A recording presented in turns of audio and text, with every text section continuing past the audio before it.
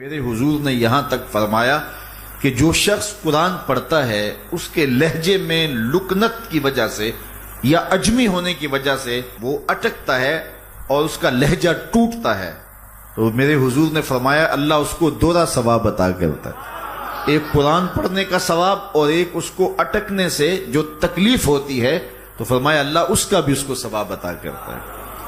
اور فرمایا یہ وہ پاکیزہ کتاب ہے کہ اگر تمہارا رب سے باتیں کرنے کو جی چاہے تو قرآن کھول کے بیٹھ جاؤ، یہ رب سے ہم کلام ہونا ہے، یہ اپنے رب سے گفتگو کرنی ہے۔ میرے حضور نے فرمایا کہ قرآن اللہ کی وہ لٹکتی ہوئی رسی ہے جس کا ایک سرا تمہارے ہاتھ میں ہے، دوسرا سرا تمہارے رب کے ہاتھ میں۔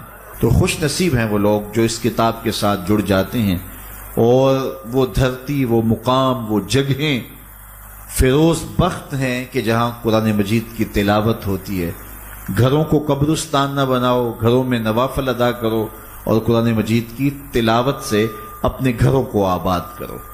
اگر گھر میں روزانہ کی بنیاد پہ قرآن مجید کی تلاوت کا معمول بن جائے تو پھر کوئی جن، کوئی بھوت، کوئی آسیب اور کوئی بدروح آپ کو تنگ نہیں کر سکتی۔ جہاں قرآن کی تلاوت تسلسل کے ساتھ ہوتی ہوگی وہاں جن نہیں ہوگا، وہاں ٹونے نہیں ہوں گے، وہاں جادو نہیں ہوگا، وہاں سایہ نہیں ہوگا، وہاں رحمت الہی کا سائبان تان دیا جائے گا۔ جہاں قرآن پڑھا جائے وہاں نزول باران ہوتا ہے، رحمتوں کی برسات ہوتی ہے۔ اور پھر اگر یہ جگہ اللہ کا گھر ہو، مسجد ہو، تو پھر تو دوہری برکت ہو جائے گی نا۔ وہ میاں صاحب نے کہا تھا نا کہ دودھ اندر جے کھنڈ رلائیے تے مزہ ہو جاوے دونا، کہ دودھ خود بھی میٹھا ہوتا ہے تو اس کے اندر اگر چینی بھی شامل کر لی جائے۔ یہ روشنیوں کا منبع ہے، یہ مصدر ہے اجالوں کا۔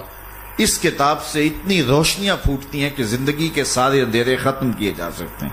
یہ طمانیت قلب کا سبب بھی ہے، یہ روح کے اجالوں کا سبب بھی ہے، یہ کتاب زندگی ہے، کتاب حیات ہے۔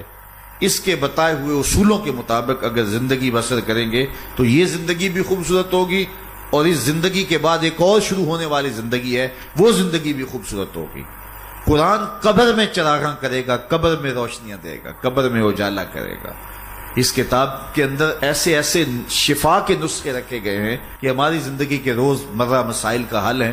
مثال کے طور پہ آج کل ہر بندہ معاشی طور پہ پریشان ہے، تو سورہ واقعہ صرف 3 رکوعوں پر مشتمل ہے۔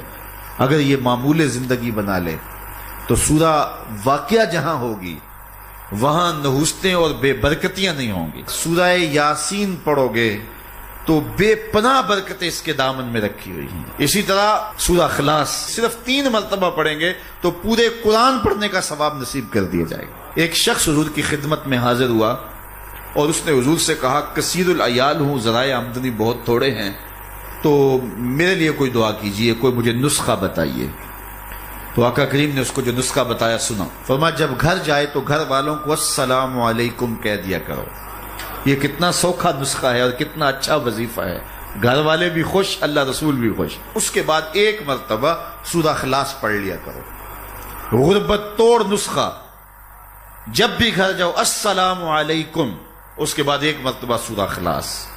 اور میرے حضور نے فرمایا کبھی ایسا ہو کہ تو گھر جائے، گھر میں کوئی بھی موجود نہ ہو، تو فرمایا عمل چھوڑنا نہیں، فسلم علیہ، پھر مجھے سلام کہہ دینا۔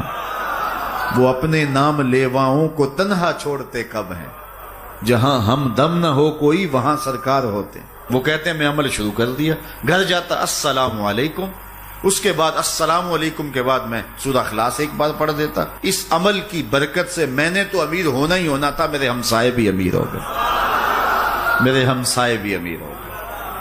تو قرآن کو اپنی زندگی میں بسا لو، قرآن کو شامل کر لو، دنیا بھی سنورے گی، قبر بھی سنورے گی، نزا کا عالم بھی سنورے گا، حشر میں بھی اجالے ہوں گے، جنت کی بہاریں بھی نصیب ہوں گی۔ اور رسول